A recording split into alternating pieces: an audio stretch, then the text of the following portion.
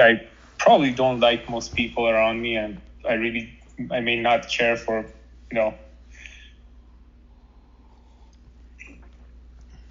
I don't know, maybe like, working in customer service. I call it customer service here in this country. Right. Has these, effects. So here, I mean, there is a protocol, but if it, I mean, probably I don't know in the in other countries, it's doctors don't have to follow any protocol. At least in India, what I've seen, if you go to the doctor, he doesn't look at it as a customer service.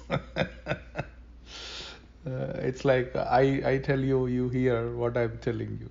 You don't tell me what I need to know. So it's a different protocol there. And there are umpteen cases where the doctors are supposed to operate the right kidney and they happily operated the left kidney.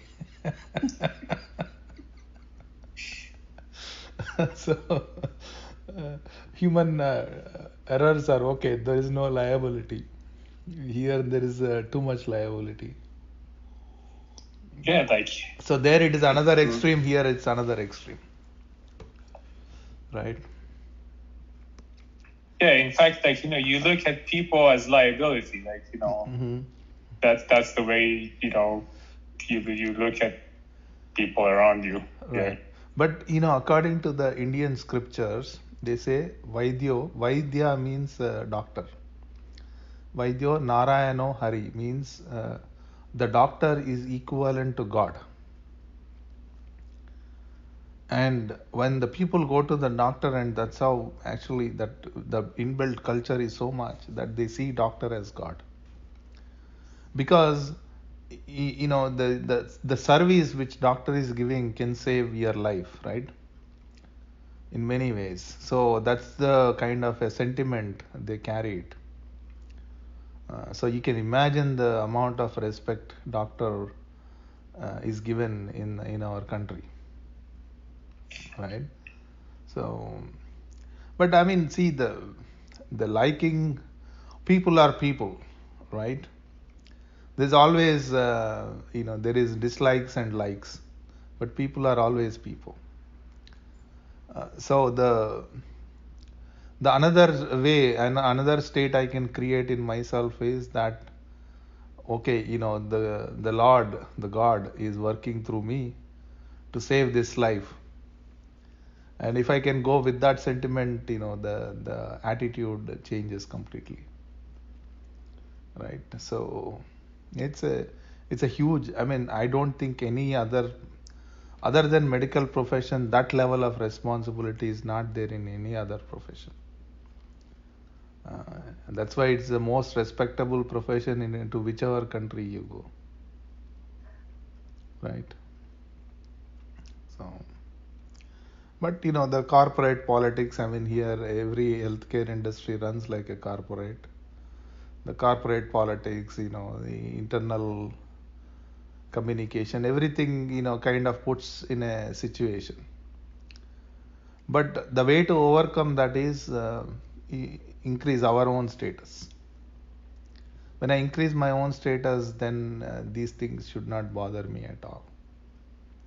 If they are bothering me, that means I have lowered my status. That's all it means to me. If they are bothering me, that means I have lowered my status. It is nothing to do with others. So when I increase my status, I don't pay attention to them. It's okay, and that's what it is. It's okay, and then we move on. The whole idea aspect of spirituality, many people don't understand this. The whole aspect of spirituality is we have to be very much human. The reactions, actions have to be very much human. But how long I can carry a feeling, a bad feeling, how much I carry, how long I can carry, is what spirituality defines. You react, you dislike, you despise whatever the negative words you want to use, you can use it. They're not negative words, they're normal words in my language. In whatever, anger, despise, hatred, dislike, whatever you want to use. But have it, but don't carry it longer. That's the whole idea of spirituality. That's why the peace, so-called peace we talk about, there is no peace. The thing is how long I carry a feeling. That's why our teacher used to give an example. Our mind should be like a sponge. When there is a pressure, it contracts. The pressure is removed, it regains its normalcy. Lot of times we don't regain our normalcy. We kind of get stuck with that feeling and we pull ourselves down. But as a spiritual practitioner, slowly me pulling myself down kind of goes away. Okay, it happened. Okay, I reacted. Okay, I despised. I hated it. Fine. Then I should become normal after 5 minutes, 10 minutes. Okay. That 10 minutes feeling is okay. But if I carry whole day, it is not okay. 10-minute feeling is absolutely human. If I don't have that, then I am not a human. But I have to increase that time. How long I want to carry it, how easily I can leave it. That depends on my state of maturity. That means my state of, this is all what we call the divinization.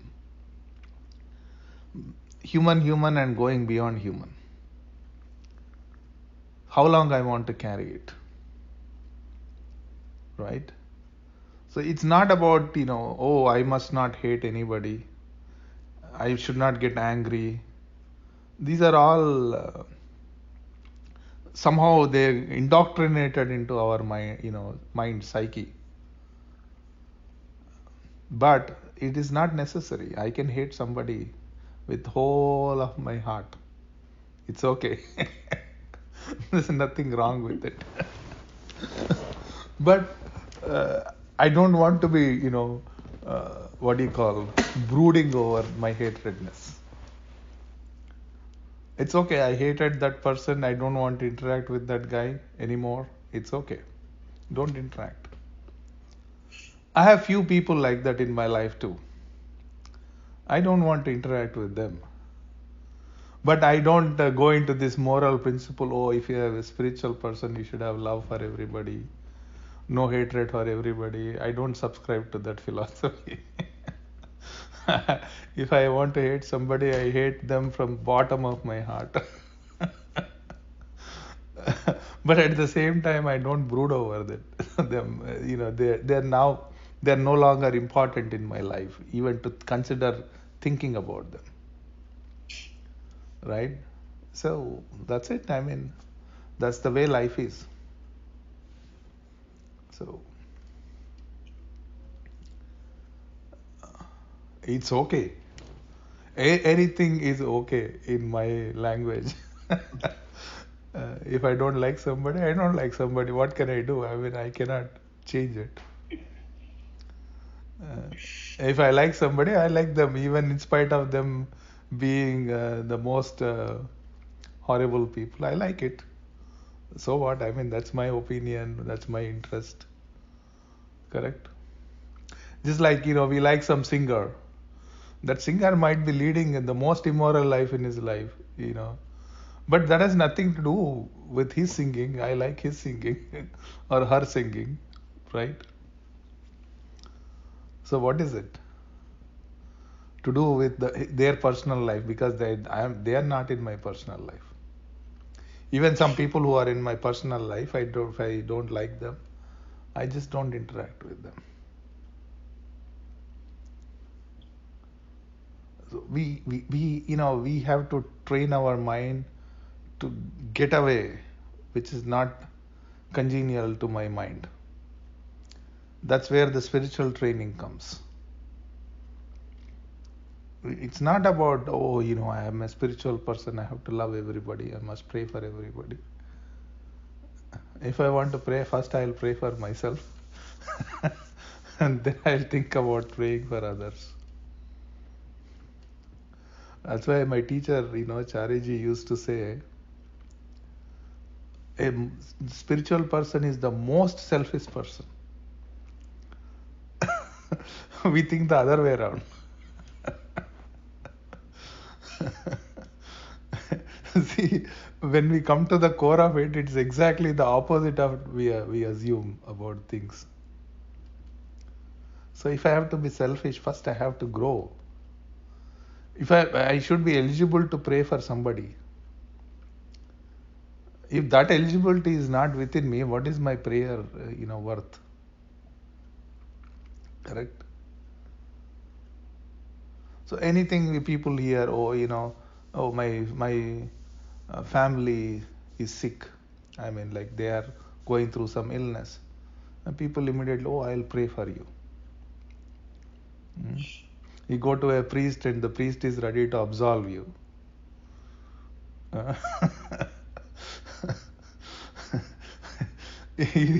I don't know if you watch some of these Christian series, the TV series, the whole popes and all.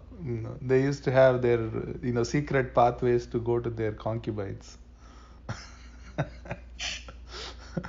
And on the other side, he's absolving everybody else's sins. Don't you think it's a hypocrisy? So, and this is not specific to any Christianity or anything. This is rampant in every religion. So that's why this we must, as spiritual people, we must get out of that hypocrisy. Number one. And number two is, to me, there is only one sin: improper utilization of our resources available to us. The two greatest resources available to us are mind and time. If I'm wasting my mind on somebody who is not even worth in my life, I'm wasting my resource. And I'm wasting my time, both. So that is an unforgivable sin. Why should I waste my time on somebody who's not worth even thinking in my life? Right?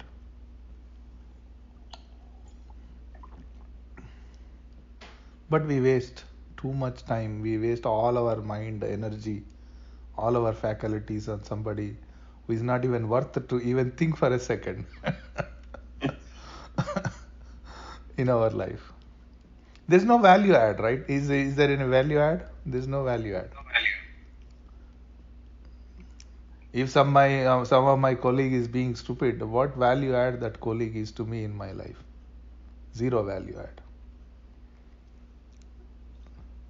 If my neighbor is a very irritable, painful guy, there's no value add from my neighbor to me in my life.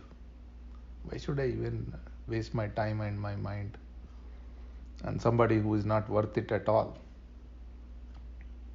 So that way we are actually committing more sin by thinking about them.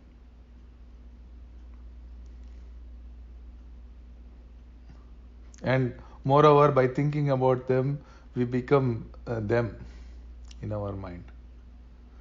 By meditating on them, we become them.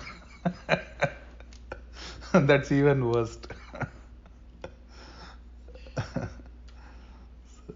That's why spirituality says, let go and move on, because my life is worth something else. Correct? There's no point. So the most precious things I don't want to waste: my mind and my time.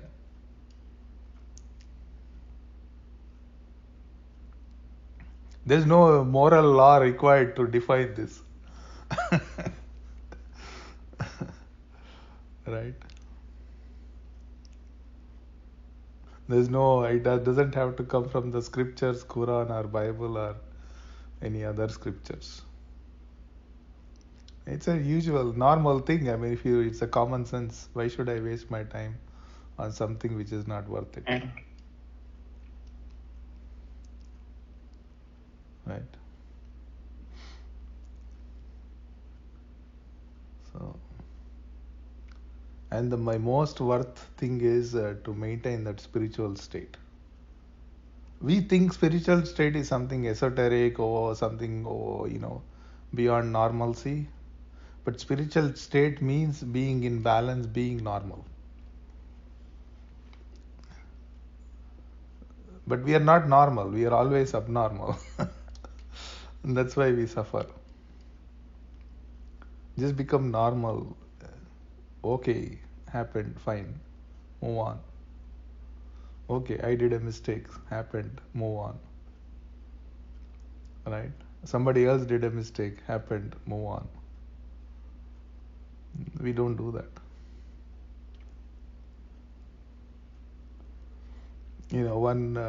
I tell you that one girl, his mother brought that girl to me, and she was sobbing and crying and crying and crying. What else, could be the reason the girl is crying? She had a breakup. The mother doesn't have to tell me anything. You can see it. Okay. That's what has happened. Oh, she was a nurse in a hospital, and she fell in love with a doctor, and the doctor finally ditched her and married somebody else. And so I asked the girl, what do you think should happen right now? Okay. So I promised her, I'll do anything for you. You tell me what do you think should happen? If you tell me, I can even go shoot that guy. Okay. I told her, I promise, tell me what should happen. I'll make it happen. So, honestly, the answer is nothing should happen. Just go on, move on. It's over. So finally, I advised her, find another doctor and ditch that guy as a revenge. Then you can have your revenge. So you take a revenge on another guy who is not even related. You can have your revenge and you can have your ego satisfaction. Okay, somebody dumped me and I dumped somebody else. Then she had a laugh. Until that point, she was crying. I said, see, how simple it is. Just laugh about it and move on. Right? And how many times did you dump somebody in your life? It happened, right? So when it happened, you did not cry.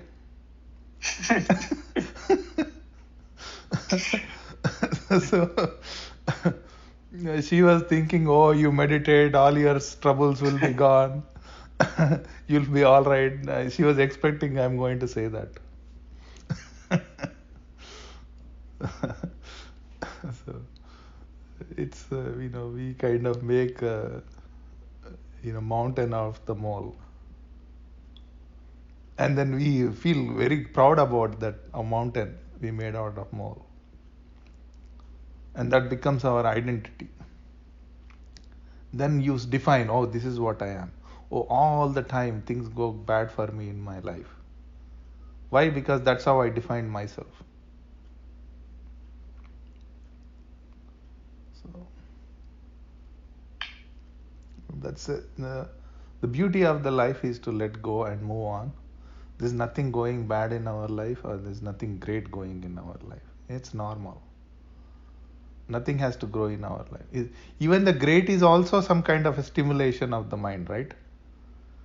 Like the what? Something going great always is a stimulation of the mind. It's the stimulation. Something going wrong is also the same stimulation. So we are addicted to that stimuli. That's the problem. It's not about our life. That addiction to that stimuli, we need it. Something has to go wrong, otherwise I'm not getting that. I'm not getting worked up in my life. We got addicted to it, right? And it has to go wrong, and we make it happen somehow. Yeah, absolutely. So when my mind goes off that stimuli, then only I can set my life. Otherwise, it cannot happen. I'm always looking for that because that's what makes my identity stronger. Oh, I don't have to, something has to go wrong between me and somebody I just met so that I can be satisfied with that stimuli. So that's how we are working on it ourselves because we want that. So growing up, I used to listen to these sad songs by one singer. I used to like him. So I used to sing those sad songs. Eventually, I was looking for that sadness in my life so that I can feel the song. I was literally looking for it.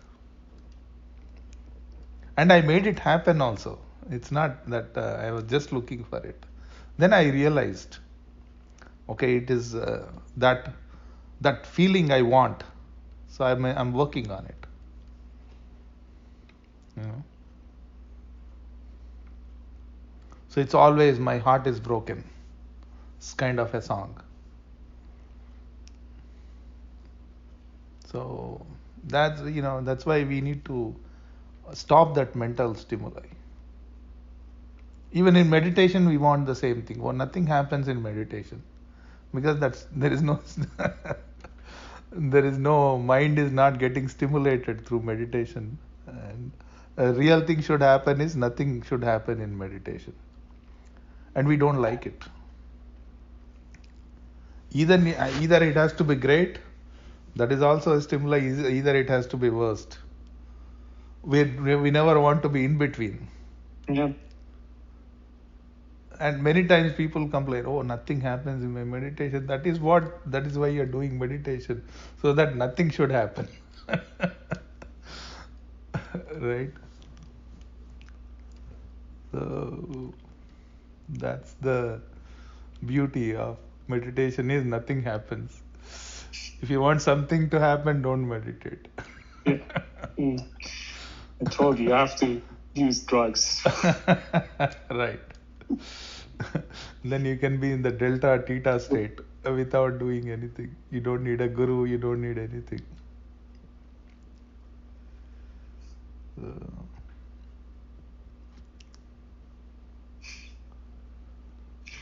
Yeah, to be honest with you, once I smoked weed, and Daiji was giving sitting, and I sat for meditation, and I can tell you, like, that experience was something else.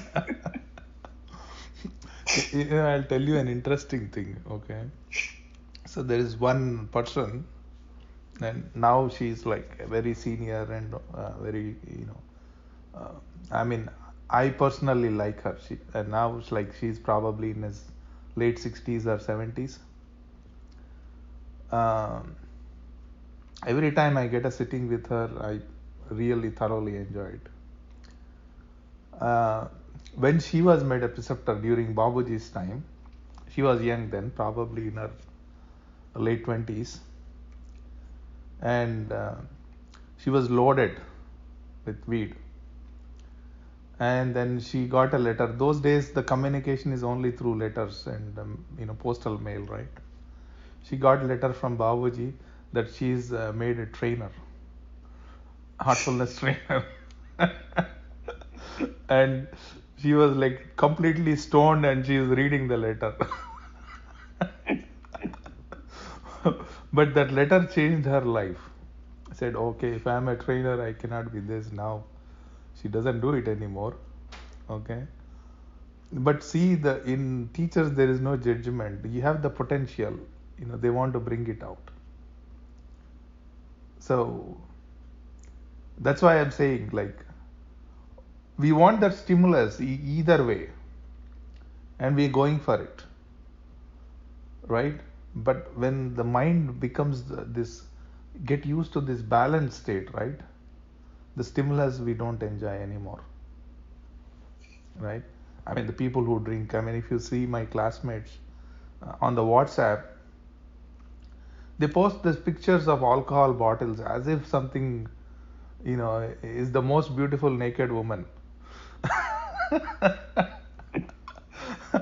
I don't find it exciting.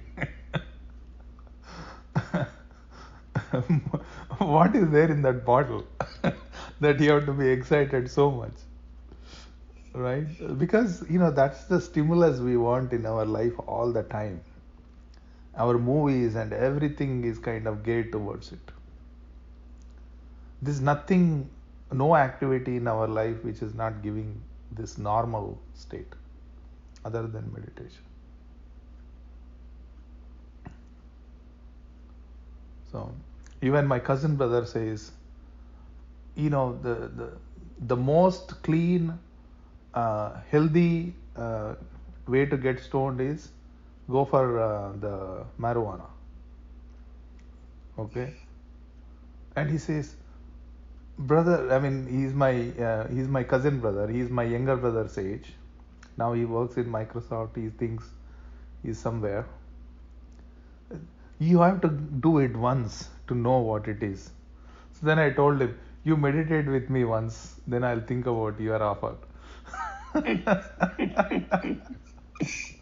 Let's compare which one is better. So, but we want that stimulus. It's the most healthy way to get stoned. I said, okay, you do it. You do it your way. I am also getting stoned without any marijuana. I do it my way.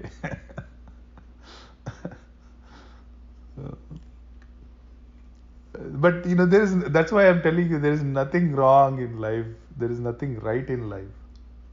Everything is okay. But when I want my mind to become normal, this is totally a different process. When my mind wants to be excited or numbed completely, then there is a different way. This is a normal versus numbing it. Correct? So when I got this COVID, I slept all day. And I said, if I can sleep all day, I'll get vaccinated every day. Because I never slept more than 4 hours, 4.5 hours in my life so far. Only that day I slept all day.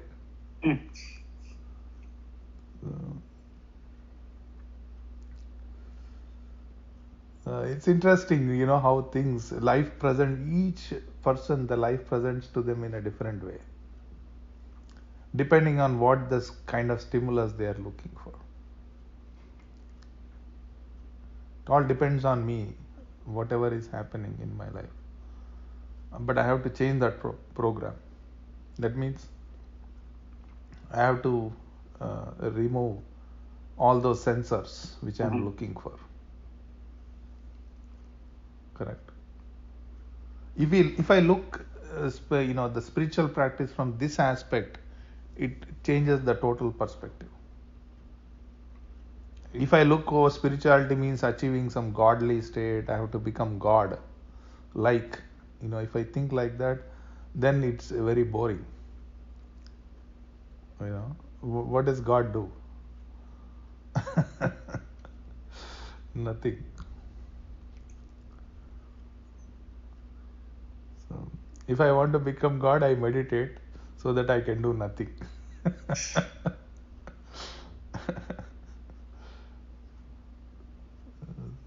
good. Okay.